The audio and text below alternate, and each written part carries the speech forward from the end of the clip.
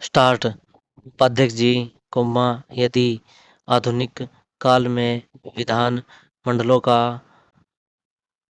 महत्व कुछ कम हो गया है तो उसका कारण यह है कि आधुनिक प्रशासन की समस्याएं अत्यंत जटिल हैं और विधानमंडल तथा विधायक इतने साधन संपन्न नहीं है कि विधान तथा नीति निर्माण की समस्याओं पर गहराई से विचार कर सके तथा प्रशासन की कारगर ढंग से निगरानी कर सके। पूर्णविराम। इसलिए यह मांग सर्वथा उचित है कि सचिवालयों की सेवाओं को उपलब्ध कराने की व्यवस्था अनिवार्य रूप से सरकार की ओर से होनी चाहिए। पूर्णविराम।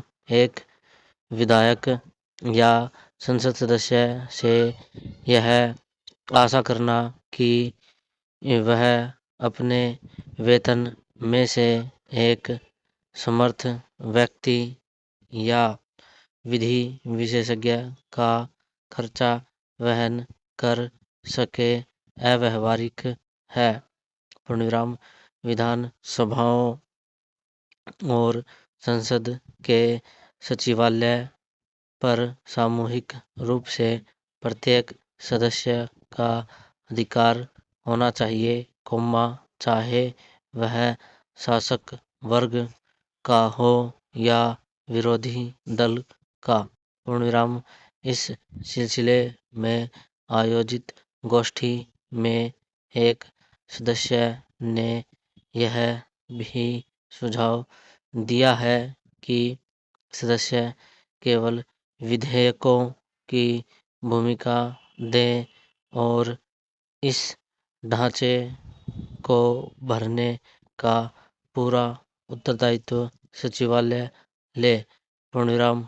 मगर सचिवालय पर इतना निर्भर रहना कालांतर में निर्वाचित प्रतिनिधियों के अधिकारों को कम करना होगा। पूर्णविराम। पहला। दूसरा महत्वपूर्ण प्रश्न एक विधायक और विधानसभा के अध्यक्ष के संबंधों का है। पूर्णविराम। इस दिशा में पिछले कई वर्षों में अनेक गलत फहमियां पैदा हो गई हैं। पूर्णविराम। यद्यपि अध्यक्ष प्राय शासक वर्ग का ही एक सदस्य रहता है, फिर भी अध्यक्ष चुने जाने के बाद सामान्यतः उसका उत्तरदायित्व अपने दल के प्रति समाप्त होकर उस प्रतिनिधि सभा के प्रति हो जाता है जिसका नियमन करने के लिए उसे निर्वाचित किया हो।